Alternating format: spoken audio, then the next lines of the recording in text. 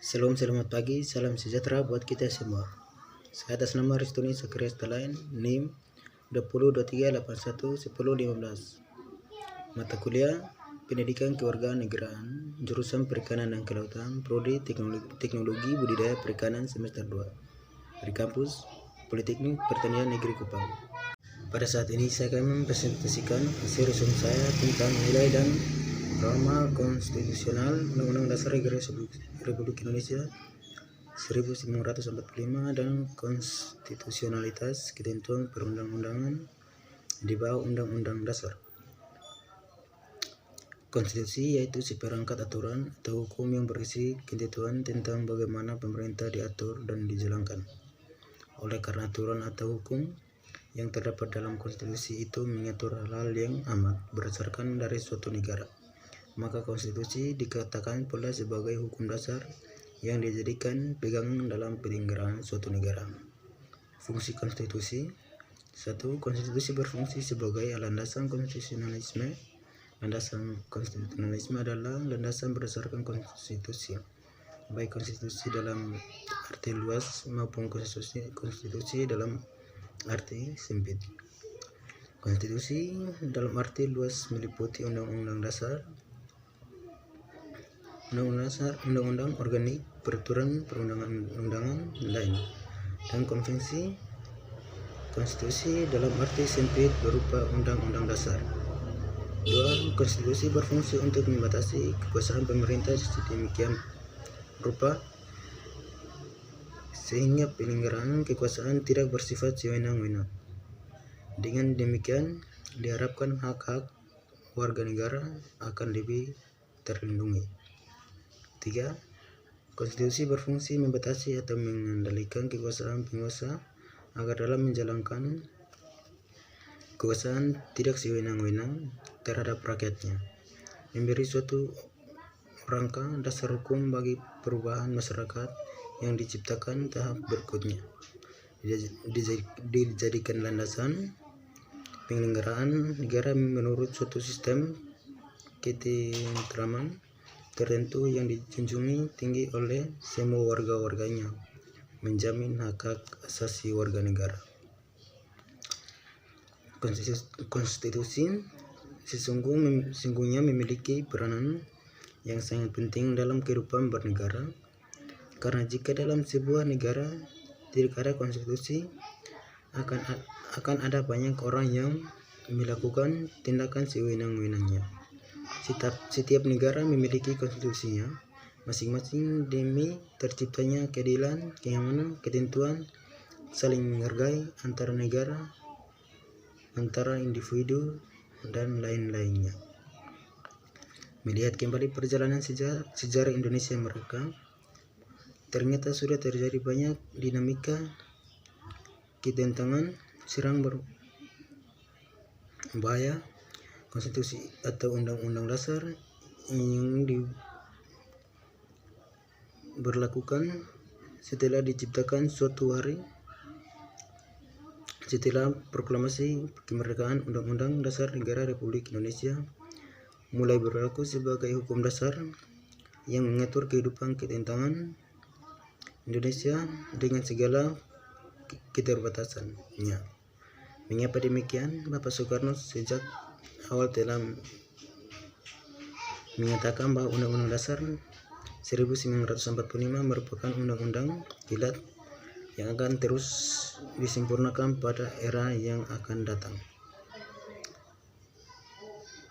Pada pertengahan 1997, negara kita dilanda krisis ekonomi dan moneter yang sangat hebat. Krisis ekonomi dan moneter yang melanda Indonesia ketika itu merupakan suatu tantangan yang sangat berat.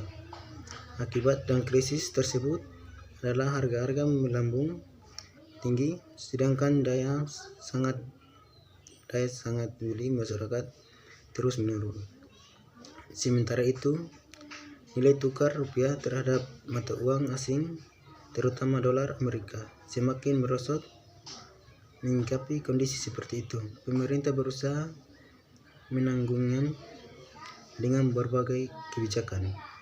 Namun kondisi ekonomi yang tidak kunjungi membaik, bahkan semakin hari semakin bertambah. Para krisis yang terjadi meluas pada aspek politik. Masyarakat sudah mulai tidak lagi mempercayai pemerintah. Oleh karena itu, timbullah krisis kepercayaan pada pemerintah. Gelombang untuk rasa secara besar-besaran terjadi di Jakarta dan di daerah-daerah. Untuk rasa tersebut digagasi oleh mahasiswa, pemuda, dan berbagai komponen bangsa lainnya. Pemerintah sudah tidak mampu lagi mengendalikan keadaan. Maka pada 21 Mei 1998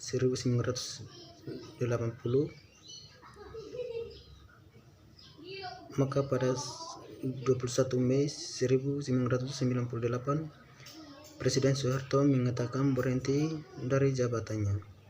Berhentinya Presiden Soeharto menjadi awal era reformasi di tanah air. Pada awal masa reformasi, pertengahan tahun 1998 muncul berupa tuntunan reformasi di masyarakat. Tuntutan tersebut diutarakan oleh berbagai komponen bangsa, terutama oleh mahasiswa dan pemuda. Beberapa tuntutan reformasi itu adalah sebagai berikut. Manajemen Undang-Undang Dasar 1945, menghapuskan doktrin Dewi Fungsi Angkatan Bersenjata Republik Indonesia, mengangkat supremasi hukum, penghormatan hak asasi manusia atau HAM, serta pembatasan korupsi, kolusi, dan nepotisme atau disebut dengan KKN. Melakukan desentralisasi dan hubungan yang adil antara pusat dan daerah, mewujudkan kebebasan pers, mewujudkan kehidupan demokrasi. Tuntutan untuk mengamandemen Undang-Undang Dasar Negara Republik Indonesia 1945. Adanya tuntutan tersebut didasarkan pada pandangan bahwa Undang-Undang Dasar 1945 belum cukup membuat landasan bagi kehidupan yang demokratis,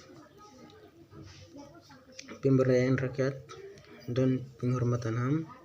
Selain itu, di dalam isi Undang-Undang Dasar 1945 juga teradaptasi pasal yang bisa menimbulkan banyak penafsiran atau lebih dari satu status atau multitatis, dan membuka dapat peluang bagi penyelenggaraan negara yang otoriter, tertutup, dan berpolitisasi tumbuhnya ruang praktik korupsi, kolusi, dan radikalisme atau KKN. Dalam perkembangan tuntutan perubahan Undang-Undang Dasar Negara Republik Indonesia 1945 menjadi kebutuhan bersama bangsa Indonesia.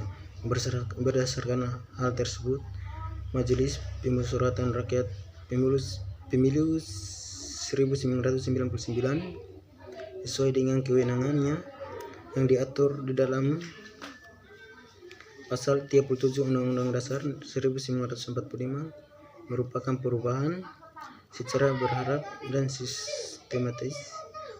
Dalam 4 kali perubahan itu, satu, perubahan pertama pada sidang umum MPR 1999.